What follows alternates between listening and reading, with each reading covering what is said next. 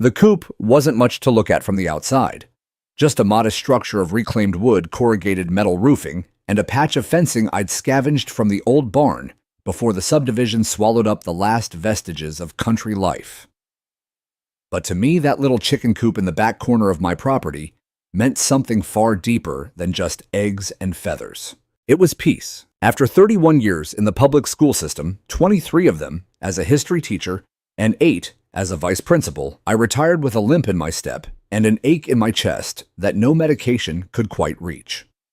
My wife, Ellen Whitaker, had passed 2 years before that.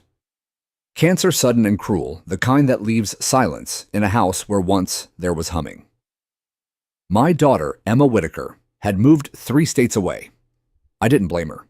Life pulls you where it needs to, but it left me with empty afternoons and a porch too quiet for its own good. Then came the chickens, 8 of them. All hens, all with names. Henrietta Mabel Goldie, Beatrice Lucy Clara Fern, and Louise. I built the coop with my own hands, not from blueprints, but from muscle memory and instinct. A nesting area, a roost, a small enclosed run where they could peck and scratch. The kind of thing you'd find behind any farmhouse 50 years ago.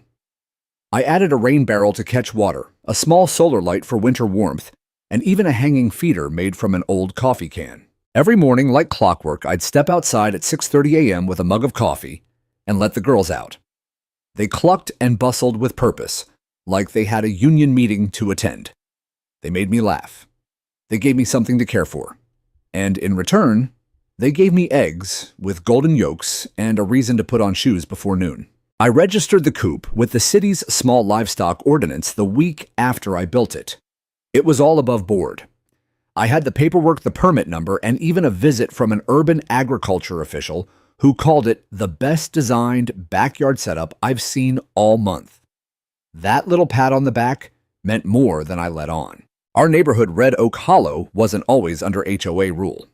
When I bought the lot 15 years ago, it was unincorporated county land, a mix of mid-sized homes and large empty plots that folks used for gardens, beekeeping, even a few horses.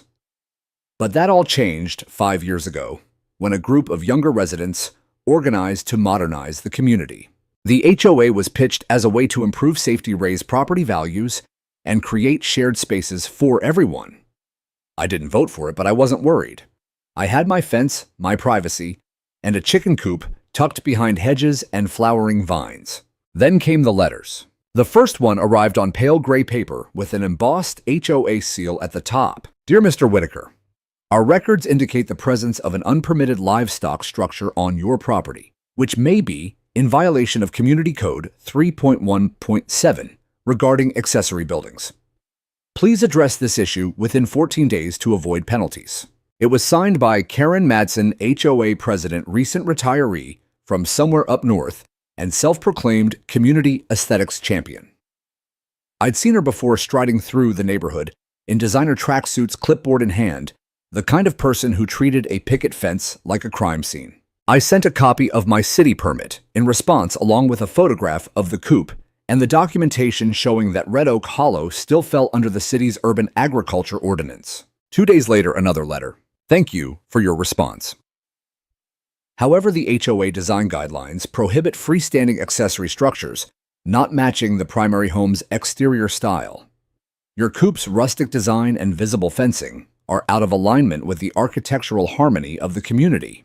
Architectural harmony. As if my coop had disrupted the feng shui of her beige stucco kingdom. I wrote again this time, citing the grandfather clause in the HOA Charter Section 5.2, which clearly stated that existing structures built before the HOA's establishment were exempt from aesthetic compliance rules. I heard nothing back, and so I continued. The hens thrived. I donated eggs to the local food pantry. The neighbors directly adjacent to me, Juan and Maria Rodriguez and Lynn and Min Nguyen, loved the coop. Their kids would come over on weekends to feed the hens, sit on overturned buckets, and listen to my stories about World War II rations and how every soldier in Europe would have killed for a fresh egg. Then came the worst day, March 14th. I remember the date because it was Ellen's birthday. I had a doctor's appointment that morning, just a routine checkup at the VA clinic downtown.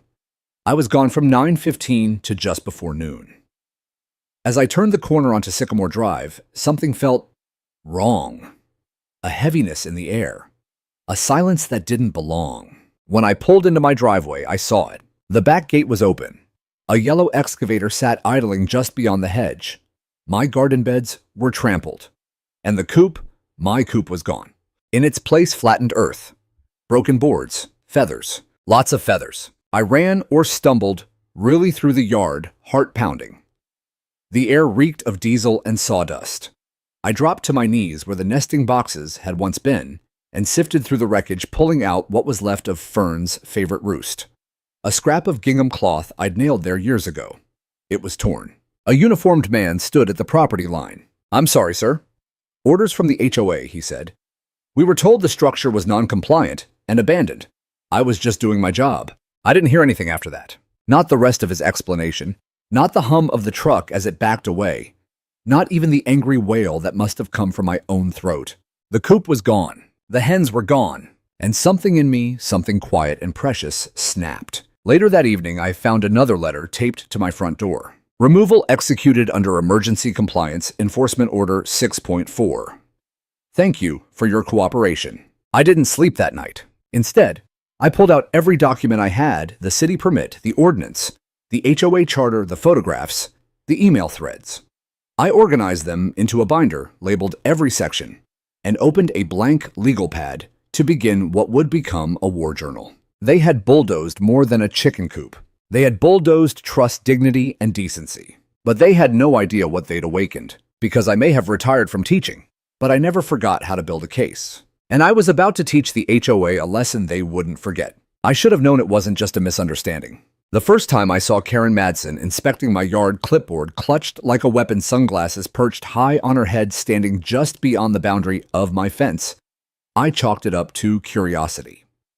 A neighbor checking out a few hens, maybe wondering how I kept the smell down, or why my tomatoes were already sprouting in February. But the look on her face wasn't curiosity. It was calculation. That same evening, I received the envelope. It was hand-delivered, not mailed. Folded in half and wedged into my screen door like a ransom note. Pale gray stationery embossed with the red oak hollow HOA crest. A leafy branch intertwined with the letters ROH, as if branding suburban control with the same sanctity as a family crest. I opened it slowly, reading each line, like a man scanning a landmine map. Subject notice of non-compliant structure. Immediate attention required. Dear Mr. Whitaker, our recent visual inspection of your property has revealed the presence of a freestanding structure located in the rear quadrant believed to be a chicken coop. As per Community Covenant 3.1.7, all accessory structures must conform to community aesthetic standards and be pre-approved by the Architectural Review Committee. Structures that are not pre-approved or that do not align with the exterior design language of the neighborhood are subject to removal.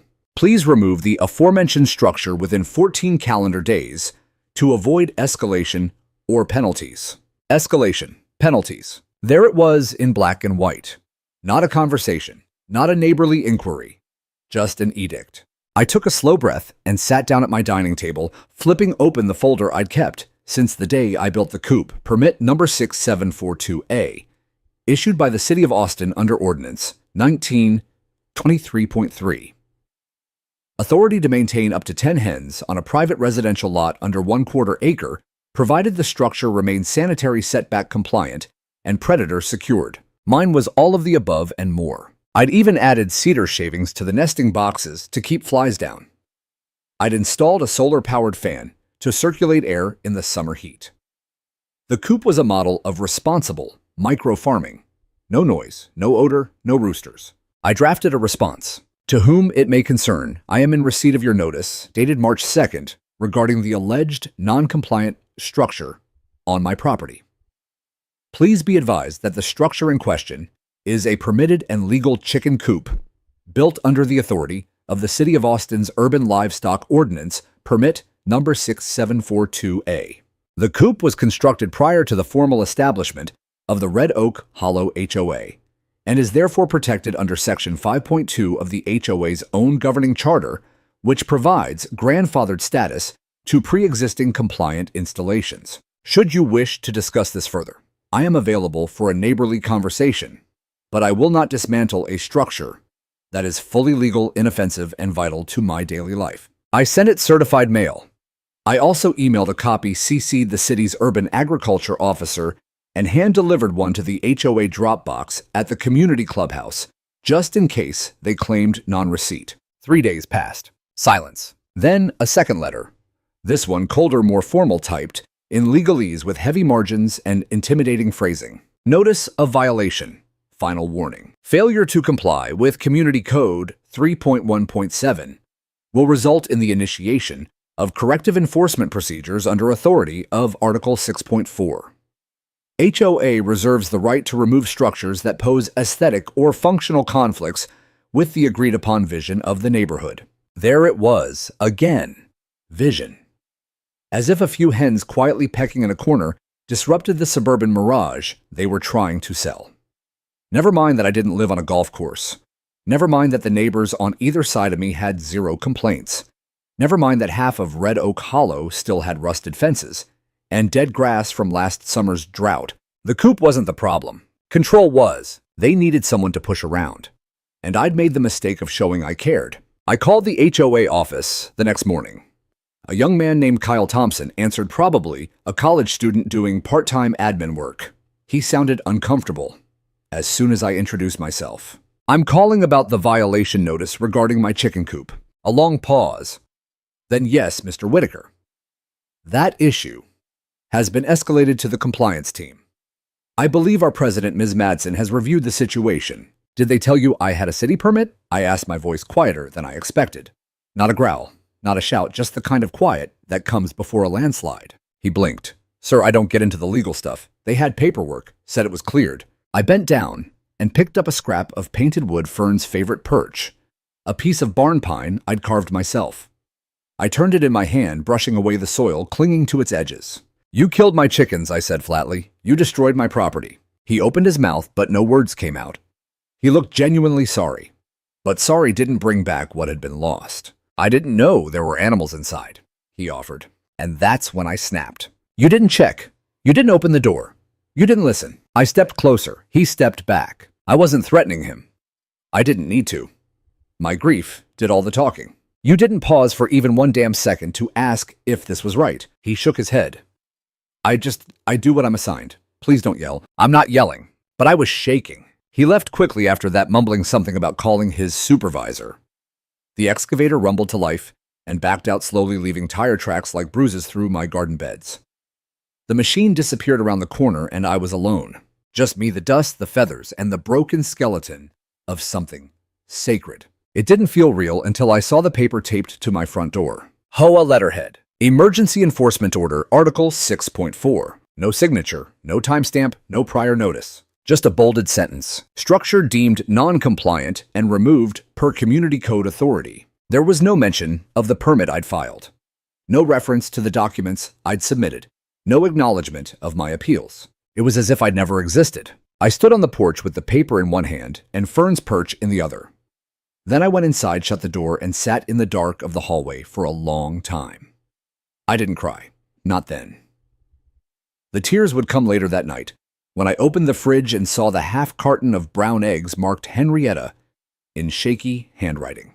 But in that moment, I was still. Not calm, not numb, just still. I thought about Ellen. How she used to say, "It's not the people who scream that scare me. It's the ones who go silent." I stayed silent for a full hour. Then I got up, washed my hands, poured a fresh cup of coffee, and pulled out every legal document I'd ever kept since buying the house. I spread them across the table like maps for a war I hadn't known I'd been drafted into. First, the city permit, intact, valid, legally binding. Then, the HOA charter, a copy I'd annotated the day after they bulldozed my roses the year prior for invasive color deviation. I flipped to Article 5.2, the grandfather clause. There it was, clear as day. All structures and installations constructed prior to the establishment of the HOA and compliant with municipal regulations at the time of installation shall be deemed exempt from subsequent architectural restrictions. I had my proof. Next came emails, letters, timestamps, photos. I created a timeline, the co-op's construction, the permit approval, the establishment of the HOA. The first warning letter, the notice of removal, the destruction. I cross-referenced everything. They had no right. And worse, they knew it. The next morning, I drove to the Austin Planning and Zoning Department. I didn't ask for a form. I asked for a person, someone with the authority to file a complaint, not against a neighbor, but against an HOA. Her name was Trina Brooks. Late 40s. No-nonsense eyes behind tortoise-shell glasses. She listened, didn't interrupt. When I was done, she tapped her keyboard for a moment, then asked, "Do you have photos?" I pulled out my phone and handed it to her. She swiped paused, then handed it back. "Submit all of this. Officially. We can open an investigation if the structure had a valid permit and they conducted unauthorized demolition. There are city fines, and if this was part of a broader pattern, it is," I said. "They've done it to others, just no one who fought back." She raised an eyebrow. Well, she said, sliding the complaint packet across the desk. Maybe now's the time someone did. I left the office with a folder full of paperwork and a fire in my chest that felt like justice with sharp elbows. When I got home, I walked back to the flattened patch of dirt where the coop had stood. I picked up a bent nail from the wreckage, turned it over in my palm. Then I drove to Home Depot. Not for vengeance, but for wood. Because I wasn't going to rebuild the coop. I was going to build something bigger. Something they couldn't tear down with a bulldozer and a clipboard. I didn't sleep the next night either. I tried. God knows I tried. I lay in bed with the fan humming above me, the curtains drawn tight, the TV off, but my mind wouldn't let go. Every time I closed my eyes, I saw the coop. As it had been bathed in soft morning light, the hens scratching calmly in the run, Fern pecking at the tomato slice I'd left as a treat. Then I'd see the flattened ground, the twisted boards, the feathers. Over and over. The grief wasn't just about animals or wood or a project I'd poured my time into. It was deeper. It was the feeling of being violated in a way that didn't leave bruises, but pulled at something sacred inside you.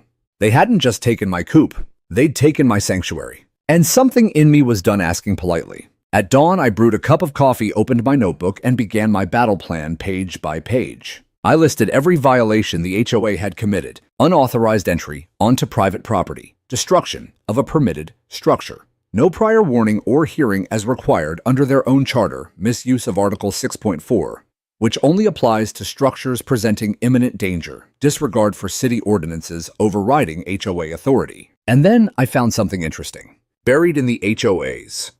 Publicly accessible permit applications, yes. I'd requested them months ago, just out of curiosity. I discovered an active construction permit for a clubhouse expansion project. I remembered the email that went around about adding a covered pavilion for events and beautifying the shared community space. What I didn't remember was ever voting on it. Digging deeper, I noticed something else. The application claimed unanimous resident support, including a page of signatures. And there it was. My name, in tidy forged cursive. I stared at it for a long time. The way you stare at something both foreign and intimately personal. They had forged my name, not just bulldozed my coop. They'd used my identity to push through a permit for a project no one had ever explained in detail. Funded with HOA reserves and apparently fast-tracked with backroom approval. That changed everything. I called Walter Dunn, the retired land use attorney I'd once taught with at the high school, a cranky genius named Walter Dunn. He picked up on the second ring. "You're calling early," he said, voice gravelly with sleep. "I have something big." I explained the forged signature, the permit, the missing hearing minutes, the destroyed coop. There was a pause, then a low whistle. Well, he said they didn't just step over the line. They sprinted across it, waving a flag. We met that afternoon at his kitchen table. He flipped through the documents, squinting at the forged signature, scanning the HOA charter like a man rereading a book he helped write. You've got cause for civil action. Possibly even criminal identity fraud, destruction of property, trespassing, abuse of governance. If the city gets wind of that permit manipulation, they'll revoke it faster than you can say, clubhouse barbecue. I leaned forward. So we file? He shook his head. Not yet. First, we build a case so solid they won't have anywhere to run. That night, I set up a new folder on my desktop. I called it Operation Henhouse. Not because I thought this was a joke, but because I needed a reminder of why I was doing this. It wasn't just about punishment. It was about principle. I called Trina Brooks from Planning and Zoning the next day. and asked her to pull the HOA's full permitting history. I called Carla Davis at the city's Permit Enforcement Division and informed her of the possible forgery. And I emailed the HOA with a formal demand letter prepared by Walter, stating that I was seeking full restoration of the destroyed structure, formal written apology from the board, investigation into permit fraud, cease and desist on any further development until a third-party audit of board conduct was complete. Their reply came swiftly and smugly. Mr. Whitaker, the HOA board maintains that your structure was in violation of community standards and that all enforcement actions were executed in accordance with bylaws. The clubhouse expansion project is unrelated to your situation and has been legally permitted through appropriate channels. We encourage you to consider mediation before engaging in adversarial legal action. Karen Madsen, President. I read it 3 times. Mediation. They wanted to meet me halfway after they'd run me over. I declined. Instead, I drafted a second letter. This one addressed directly to the City Planning Commission, complete with all supporting documents, timelines, forged signature evidence, and a cover letter signed by Walter himself. The next 48 hours were a blur. Emails, calls, scans, witness statements. Lynn and Min Nguyen signed a letter stating they'd never been consulted about the clubhouse vote. Juan and Maria Rodriguez offered photos of my coop from before the HOA existed. I contacted the local paper anonymously at first and told them a story about a neighborhood where a chicken coop had triggered something much bigger. And then it happened. A city official called. Her name was Lizette Morales. She was calm, professional, and very serious. We're revoking the HOA's construction permit pending investigation.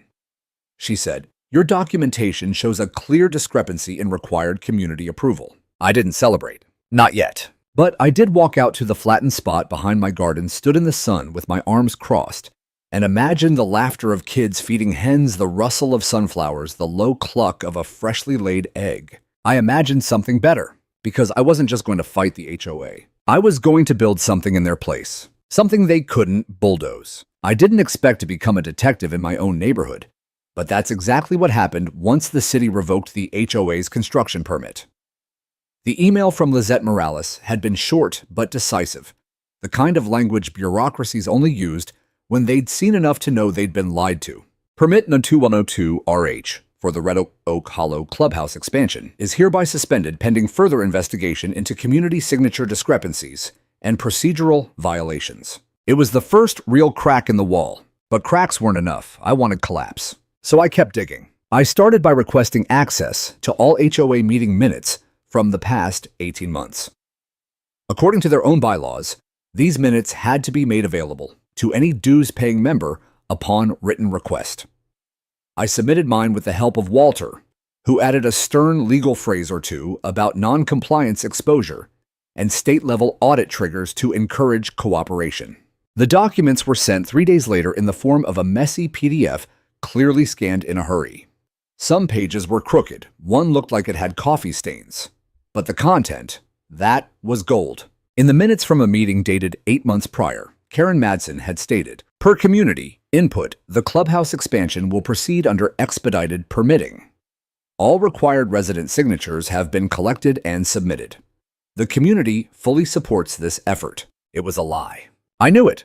My neighbors knew it, and now I had it on paper. Even more damning was a small note scribbled in the margin of one page, likely added by mistake during internal discussion. Should we forge the last 3 names or wait for real ones? My hands actually trembled. I sent that page straight to Lizette. An hour later, she called. We're freezing all HOA development activities. The Department of Neighborhood Integrity will be conducting a formal review. There may be criminal referrals. That night, the neighborhood app exploded. Screenshots of the revocation notice were posted by residents. A few cheered. Others were in shock. But the most surprising thing was how quickly the silence broke. People who had never spoken out began commenting. Wait, we were expanding the clubhouse. I never signed anything. They destroyed Mr. Whitaker's coop for this unforgivable. A neighbor I barely knew, Sarah Munoz, mother of 3 PTA volunteer, messaged me privately. I think it's time someone organized a full vote of no confidence in the board. I'll help. I responded simply, I've got a bigger idea, because it wasn't enough to remove the rotten wood. We needed something new to grow in its place. The idea came to me that morning. as I stood in the patch of land where the coop once was. The space was still raw, the earth scarred and rutted by the bulldozer's tires. But in my mind, I saw more than just a coop. I saw rows of raised garden beds, a pen for goats, a beehive box, a walking trail edged with mint and sage. I saw children collecting eggs, teenagers planting seeds, elders like me finding peace in tending something living. A community farm park. It sounded crazy at first, like a dream pulled out of a storybook. But the more I turned it over in my mind, the more I realized the land they used for the clubhouse expansion was part of a green easement city designated for low-impact communal benefit, and a farm park that qualified. I called Walter again. "Can I pitch an alternative project to the city?" He chuckled. "You can do more than pitch it. You can propose it formally. You've got standing, and now you've got momentum." So I did. I drafted a full proposal, convert the now vacant HOA expansion plot into a cooperative farm park, restore a chicken coop as an educational site for kids, use community volunteers for maintenance, fund the project through micro-grants donations, and reallocating unused HOA fees, hold seasonal classes on gardening, composting, and sustainability. I attached letters of support from neighbors 20 within 2 days. Sarah Munoz collected another dozen. Shirley Carter, my longtime neighbor, and now my fiercest ally, got the PTA to sign on and even offered to bring Girl Scouts to help paint the fence. I sent the proposal to the city. 2 weeks passed. Then came the meeting, held in a modest chamber downtown. The public hearing on the revocation and reallocation of use for Red Oak Hollow Parcel number 87B was standing room only. News had spread. Even the local ABC affiliate sent a camera crew. Karen showed up. She wore a pearl blazer and carried a thick binder. Her face was tight defensive. She tried to speak first, but the city moderator stopped her. "Before we begin, we will allow Mr. Hal Whitaker to present a formal community alternative to the now suspended project." I stepped up to the podium with nothing but my words and the truth. "I'm not here to settle a grudge," I began. "I'm here because something that gave me peace was destroyed without cause. I'm here because we have a chance to turn that wrong into something that feeds more than just anger." I laid out the vision. The city listened. So did the neighbors. So did Karen, arms crossed, jaw clenched. When I finished, there was silence. Then the moderator said, "We'll take written public comments for 72 hours before deliberating." 3 days later, the city called me. Approved, unanimously. The clubhouse expansion was canceled. The land was to be reallocated to a community stewardship agreement under my leadership, with a review board made up of residents. The Red Oak Hollow Farm Park was born. Karen Madsen resigned the next morning. No fanfare, no speech, just a one-sentence email to the HOA mailing list. "I will no longer be serving as board president. Best wishes." I stood in the backyard again, same spot, same view. Only this time I saw possibility where loss had once stood. It was time to build again. Not just a coop, a community. The formal title of the complaint I filed with the city read like something out of a zoning textbook. "Petition for administrative action regarding permit irregularity and unlawful destruction of permitted agricultural structure, Red Oak Hollow, HOA Parcel, number 87B." But beneath the dry language was something far more human pain and justice, and a deep, quiet fury. I submitted the packet in person. It was heavy, nearly 120 pages of documentation signed, affidavits, photographic evidence, HOA charter excerpts, municipal zoning code highlights, time-stamped photos of my coop before and after, and most damning of all, a printed copy of the forged signature on the clubhouse permit application. Walter had highlighted it in yellow and written in all caps. "Note: complainant did not authorize or sign this form." I handed it over to the city clerk with a steady hand and a voice that, despite everything, didn't shake. She gave me a stamped receipt, nodded solemnly, and said, "You did everything right, Mr. Whitaker." I wasn't so sure. Not yet. But I appreciated the words. 3 days later, the city issued an immediate suspension notice on all HOA construction projects, citing evidence of procedural misconduct, fraudulent documentation, and pending administrative review. Signs went up around the parcel, where the clubhouse expansion had already begun. Orange fencing was installed. A lock was placed on the construction gate. And just like that, everything stopped. The contractors packed up and left. The portable toilets disappeared. The hum of machines, the dust clouds, all of it vanished overnight. It was like someone had hit a mute button on the entire operation. But the silence didn't mean peace. Karen was livid. She sent out an HOA-wide email that same afternoon, full of condescending flourishes. Due to an unfortunate and baseless complaint filed by a certain resident, the HOA has been forced to suspend its beautification project. While we deeply regret this inconvenience, we want to reassure you that we are doing everything in our power to address the situation and restore progress to our shared community vision. No mention of the permit. No mention of the forged signature. No mention of the Coop. Just that familiar undertone. This is your fault for not going along quietly. I didn't respond publicly. I didn't have to. The neighborhood had already begun to shift. People started forwarding me emails, notes they'd received from Karen in the past, threats, fines, reminders. A woman on Birch Lane had been fined $50 for non-standard mailbox decals. A young couple on Maple Street had been told their toddler's tricycle on the front porch was a visual obstruction. Shirley Carter Sweet 72-year-old Shirley had received 2 letters about her wind chimes being audibly intrusive. It was all coming out now. People weren't just angry. They were embarrassed for having accepted it for so long. A few of them came by my house.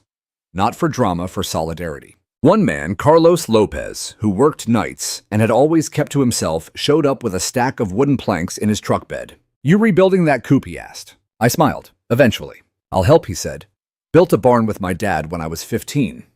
Can't let a bunch of pencil pushers tear it down and walk away." He wasn't the last. By the end of the week, we had over a dozen volunteers. Word got out, not just locally. A small write-up ran in the Austin Chronicle. HOA chicken coop controversy leads to permit shutdown and a community's reawakening. They quoted me at the end. "You can tear down a structure, but you can't bulldoze a spirit that's rooted." That quote was printed on t-shirts 2 weeks later. I didn't authorize it, but I didn't stop it either. While the city reviewed the HOA's conduct, I began holding informal yard meetings every Sunday. We'd set up folding chairs on the lawn, pass around lemonade and cookies, and talk not about lawsuits or bylaws, but about what kind of place we actually wanted to live in. Someone suggested a reading corner under the old oak tree. Another offered to donate lumber for a raised bed program. Lynn and Min Nguyen volunteered to start a compost exchange. And someone, bless them, brought a box of baby chicks peeping softly in a cardboard crate, their eyes wide and curious. "Let's bring the hens home," she said. I didn't cry, but I came close. By the third Sunday, I presented the full blueprint of what we were building together. The Red Oak Hollow Farm Park. It would include a new city-approved chicken coop, a series of vegetable garden beds assigned via lottery, a community greenhouse for year-round planting, an open-air pavilion for weekend markets or workshops, a sensory garden for kids and seniors, a walking path around the perimeter lined with native pollinator plants. I held up the plans sketched in pencil on graph paper and said, "We're not just replacing what was taken. We're planting something that will outlast all of us." The applause that followed was unlike anything I'd ever heard in this neighborhood, full of relief, of joy, of resistance, turned to something redemptive. 3 days later, Lizette called again. "We've completed our preliminary investigation," she said. "And Mr. Whitaker, we're revoking the Red Oak Hollow HOA's permit authority for the next 12 months. All new construction must be submitted through a city liaison, effective immediately." I didn't cheer. I just nodded. A month later, the HOA held a special meeting. Karen didn't show up. She sent a resignation email, terse, ungracious, 2 sentences long. The remaining board members stepped down within a week. An interim resident committee was formed, and somewhat reluctantly, and definitely humbly, I accepted the nomination to lead it. The first vote we took, unanimous approval to transfer the parcel formerly designated for clubhouse expansion into city-monitored green space under the new Red Oak Hollow Farm Park Stewardship Program. The coop would rise again, not in isolation, but at the heart of something bigger. And this time, no bulldozer would ever touch it. You could feel it, that quiet shift in air, like the first breeze before a storm breaks, or the smell of damp soil before a seedling pushes through.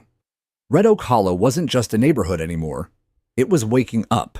The day the city officially revoked the HOA's permit authority, Lizette Morales sent me a copy of the formal ruling. 4 crisp pages, stamped and notarized, outlining in dry legal language the total collapse of Karen Madsen's carefully maintained illusion of authority.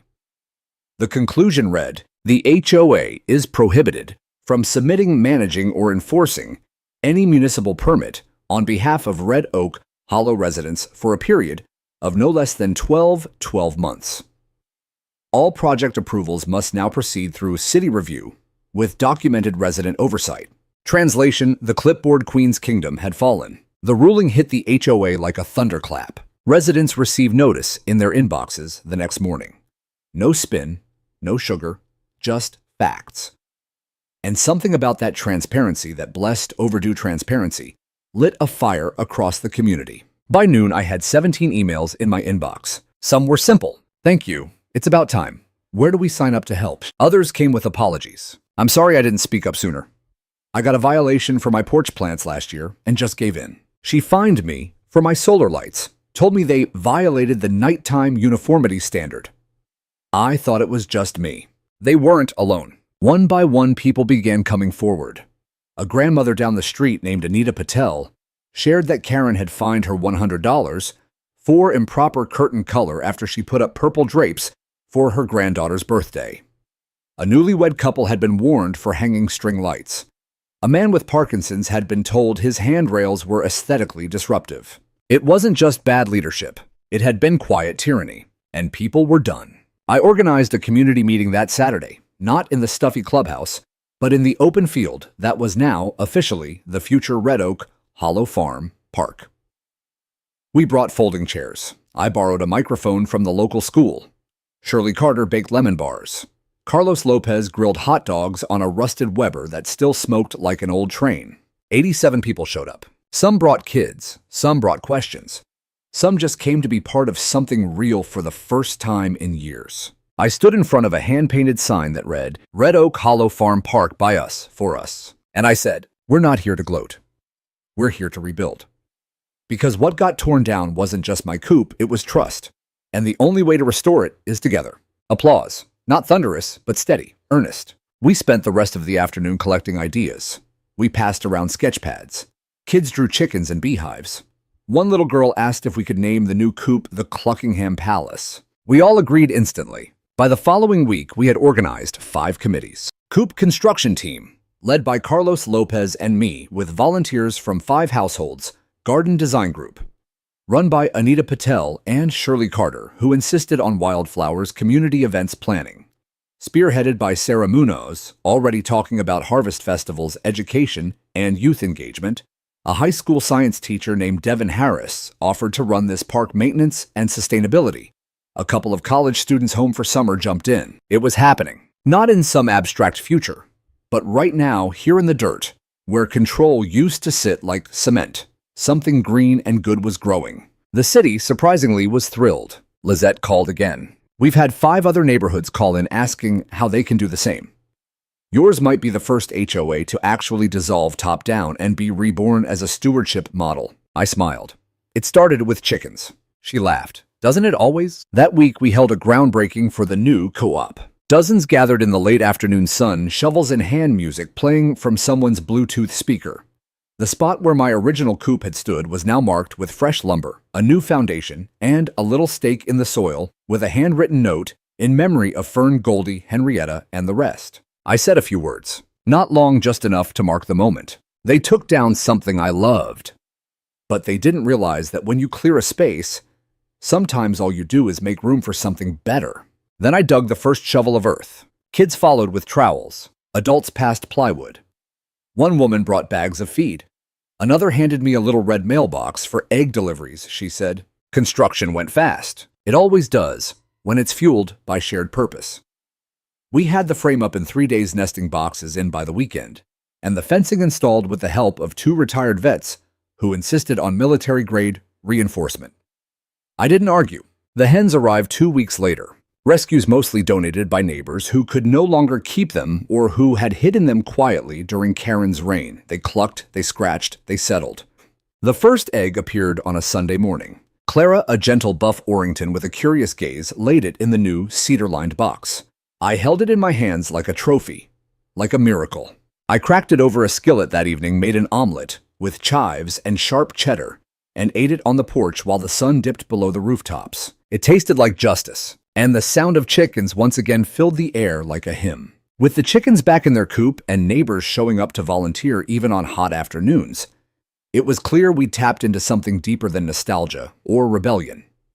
This wasn't just about getting back at an HOA president or fixing one wrong. We were rebuilding the soul of the neighborhood one raised bed and roost at a time. But I knew if we wanted this to last, we had to do more than build it. We had to protect it. That meant making the Red Oak Hollow Farm Park official with the city, with the new HOA board, and with whatever bureaucratic fortress we had to knock on until someone let us in. I wanted that land locked in as green space, forever shielded from any future Karen with a permit form and a power trip. So I wrote the proposal. Not just a letter, a full project plan. 54 pages long, printed and bound, 3 copies. Title: Community Stewardship Proposal for the Permanent Establishment of the Red Oak Hollow Farm Park and Agricultural Education Zone. The opening paragraph said it all. In response to the recent conflict and subsequent unity that has arisen in Red Oak Hollow, the residents propose a formal transition of parcel number 87B into a city-supported cooperative green space, serving as a model of urban agriculture, environmental education, and civic empowerment. The packet included aerial diagrams of this park layout, photos of community build days, statements of support from 47 households, a budget showing our use of donated materials and minimal funding, letters of intent from local schools wanting to use the space for field trips, volunteer roster schedules and bylaws for community usage. I hand-delivered it to the Department of Neighborhood Engagement on a rainy Monday morning. The woman at the front desk flipped through the first few pages, looked up, and said, "This is incredible." I smiled. So were the chickens. Within a week, we had a meeting scheduled with a panel of city planners, parks department staff, and a few skeptical zoning officials. I invited Shirley Carter, Carlos Lopez, Sarah Munoz, and Maddie Evans's mom, the original dream team. I wore my nicest flannel. Shirley wore pearls. The meeting was held in a large conference room with a projector and a stack of notepads at every seat. We weren't treated like intruders, more like oddball pioneers. They asked tough questions. How will you maintain the land year-round? How will you ensure long-term engagement? What if the board leadership changes again? We answered every question. Carlos explained how we'd structured rotating maintenance teams by season. Sarah handed out a color-coded event calendar. I pointed to our partnership with the local high school's FFA chapter and the nearby Montessori Academy's garden club. Then I said the thing I'd been waiting to say. You won't need to micromanage this park. You'll just need to protect it. We've proven we can build. What we need is your shield. There was silence, then nods, then a round of genuine applause. 3 days later, we received official notice. The city of Austin is proud to designate parcel number 87B as a protected community stewardship zone under Chapter 23 to 3D4. Use of land shall remain in service to neighborhood agriculture, education, and recreation in perpetuity. Perpetuity. That word hit me like a bell toll. This wasn't temporary. This was legacy. We announced the news at the next community gathering. Someone brought a speaker and played Willie Nelson. Kids painted signs. We planted an oak tree near the front of the park with a small metal plaque that read, "Red Oak Hollow Farm Park, born from roots, built by hands, grown in unity." The next few weeks were a blur of motion. Real motion, the kind that's measured in wheelbarrow loads and muddy boots. The raised beds filled in with soil and seedlings. The walking path curved through lavender and thyme. Someone set up a swap shelf for extra eggs, lemons, and zucchinis. We held our first Saturday market with just 6 booths, honey eggs, handmade soap, wildflower bouquets, and one table for Maddie and her friends selling compost worms and lemonade. They made $26. I made them honorary board members on the spot. The park became a heartbeat. Every evening, families walked the path. Elders sat on benches. Teenagers painted murals on the fence. Even dogs seemed calmer here. One afternoon, Lizette stopped by. No clipboard, just curiosity. "This doesn't feel like a farm park," she said, watching kids chase chickens between the rows. "No," I asked. She smiled. "Feels like a revolution." And in a way it was. A quiet one. Built not on outrage, but on hammers and shovels. On empathy and elbow grease. On the radical idea that the best way to fight pettiness is to outgrow it. As the sun set over Red Oak Hollow, casting long shadows across the garden rows and golden light on the coop we rebuilt, I stood near the gate and watched it all unfold, life not just continuing, but thriving. Justice didn't arrive in sirens or courtrooms. It arrived in eggs and laughter, in basil and beehives. And the place they once tried to silence was now the loudest voice in the neighborhood. There's something poetic about building with the same energy someone once used to destroy you. Every hammer strike, every shovelful of compost, every new plank of wood nailed into place, it all felt like a kind of quiet revenge, not fueled by bitterness, but by purpose. Red Oak Hollow Farm Park became more than we planned, more than we dreamed. It grew beyond blueprints and spreadsheets and took on a life of its own. Life. And every inch of it was built with joy. We started small. One Saturday, 2 families showed up with wheelbarrows and gloves. The next, there were 5. Then 10. By the end of the month, we had volunteers. We'd never even met, people from across the city who'd heard our story on the local news or read about the co-op that refused to stay buried. They came not out of pity but hope, because something about what we were doing, rebuilding in the open, sharing it, freely planting something new on land that had once been ruled by fear, it struck a nerve. We weren't a protest. We were a blueprint. Kids helped build trellises and painted the tool shed with colorful chicken murals. One boy named Elijah Thompson built a worm bin from recycled pallets. His younger sister, Maya Thompson, started labeling every garden bed with hand-drawn signs: Tomato Town Pepper Palace and Lettuce Lounge. Someone brought hay bales. Someone else brought hammocks. And in the Coop, now twice the size of the original, Clara the Buff Orrington ruled like a queen. The local school district asked if they could host field trips. The community college offered interns to help with sustainability practices. And the city, they dropped off a new composting station and rainwater catchment tank free of charge. The final nail in the coffin of the old HOA came not with a lawsuit, but with a picnic. We called it the Great Replanting, a Saturday celebration to commemorate 6 months since the co-op was destroyed and 3 since the city officially transferred stewardship of the land. There was live music, face painting, seed exchanges, a kid's workshop on how to plant herbs in mason jars. Carlos grilled sausages. Shirley danced barefoot with 2 other ladies from her bridge club. Sarah read aloud from a children's book about chickens finding their way home. I stood back for most of it, letting the park speak for itself. But toward the end, someone handed me the mic. I didn't prepare a speech. I didn't need one. I just want to thank you all, I said, standing near the entrance gate under a new wooden sign, carved by one of our teenage volunteers. It read, "Rooted in Hope." You didn't just help me rebuild a chicken coop. You helped me rebuild something in myself. When they tore that coop down, I thought I was alone. But you proved that when one voice speaks up, others follow. And what you see around you isn't my victory. It's ours. People clapped. A few cheered. A little girl ran by holding a sunflower taller than she was. That evening, as the crowd thinned and the music faded, I stood with Walter, the retired land use attorney, who had become a kind of mentor through it all. He sipped a lemonade, squinting at the golden horizon. "You ever think this place would become all this?" he asked. "No," I said. "But I think Ellen did." He looked at me. I hadn't mentioned her much, not publicly. But that coop, that garden. It all started because I needed something to keep from unraveling after she passed. She used to dream about chickens, I added. Said they were grounding. Said they made people slow down. Walter nodded, looking out at Clara, and the other hens scratching happily under the roost. She was right, he said. That night, I sat on the front porch of the tool shed, watching the last rays of sunlight slant across the soil.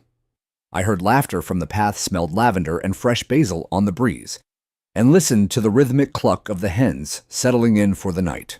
For the first time in years, I didn't feel like I was surviving. I felt like I was rooted, grounded, whole. And the co-op, the one they tried to erase, now stood stronger than ever, surrounded by life, laughter, and the kind of community that no rulebook could manufacture. It turns out that sometimes the best way to win isn't by tearing something down in return. It's by building something so good, so whole, so full of light and welcome, that the shadows have nowhere left to settle. Fall arrived slowly that year, the kind of season that didn't crash in with cold winds or abrupt storms, but whispered its way across the park. The leaves on the oaks along the back fence turned a copper gold. The basil flowered. The hens grew thicker feathers. Life was winding down gently, naturally. But our work, it was just beginning. We had built something permanent, not in structure, but in spirit. People still asked me if I ever missed the old HOA days. The clean-cut lawns, the rigid order, the predictability. I always gave the same answer. Order without humanity isn't peace, it's just silence. The HOA had tried to control the neighborhood by eliminating what made it human, the messiness, the growth, the unexpected beauty of chickens and children and dandelions in sidewalk cracks. But once the mask cracked, once people saw the power they had together, there was no going back. In November, we held a harvest dinner at the park. Long picnic tables ran down the center of the path, covered in mismatched cloths and candles stuck in mason jars. Every dish came from someone's kitchen: corn pudding, sweet potato casserole, roasted chickens, pies with flaky crusts.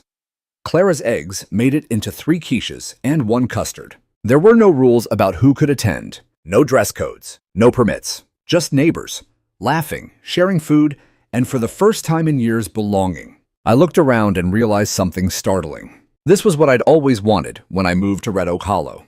Not fancy houses or pristine fences. Not manicured hedges or HOA newsletters in Times New Roman font. I wanted connection, roots, not just in the soil, but in people. And somehow, I got it through loss, through pushback, through chickens and chaos, and a coop reborn from rubble. After dinner, as stars blinked into view and the last slice of apple pie disappeared, a few of us lingered. Carlos poured coffee. Maddie Evans sat beside me with her sketchpad drawing the coop in pastel chalks. She handed me the picture. I added wings to it, she said, so it never gets bulldozed again. I smiled. It's perfect. I folded the drawing and slipped it into my back pocket. I still carry it. Weeks later, the final blow to the old HOA structure came not from me, but from the inside. The remaining board members, tired of being associated with the chaos, formally resigned. With no one left to run it, and after a unanimous community vote, the Red Oak Hollow HOA was officially dissolved. In its place, we formed a cooperative, the Red Oak Hollow Stewardship Council. A rotating group of volunteers open to all, governed by transparency and shared responsibility, not fines and fear. We published our values on the shed wall: respect all voices, grow what feeds, build what lasts. No one owns the land, we belong to it. Somehow that last line stuck with people. The park became more than a park. Schools visited every week. Retired neighbors gave gardening lessons. A local nonprofit helped us install solar lights. And on Sunday mornings, without ever planning it, people began gathering under the big oak tree just to sit. No agenda, no leader, just presence. And me, I wake up to birds and chickens. I tend to the herbs. I mend the fence when the wind takes it down. And I sit on the porch with a coffee that's never quite hot enough, watching kids pick cherry tomatoes and old men argue about compost. I never thought I'd be part of a story like this, but maybe that's the point. Maybe justice doesn't always roar. Maybe it clucks. Maybe it grows quietly in the margins until it's undeniable. Maybe healing doesn't arrive with declarations, but with shovels and sunlight, and the sound of neighbors laughing over a crooked trellis. They bulldozed my chicken coop, but in doing so, they cleared the ground for something stronger than fences or rules. They gave us room to remember who we are when we're not afraid. And now they drive past the farm park and wave. Some still pretend nothing happened. Some have moved away. But those who remain know the truth. The coop stood again. The chickens returned. The silence was broken. And no one, no board, no bylaw, no clipboard tyrant can bulldoze that kind of legacy. Not ever again.